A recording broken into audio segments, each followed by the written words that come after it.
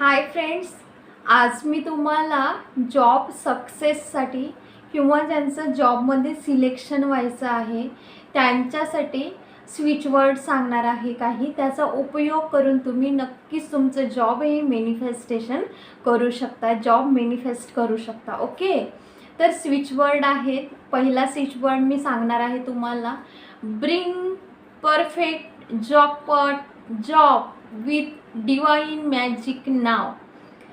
पुन्हा एकदा सांगते, bring perfect job with divine magic now.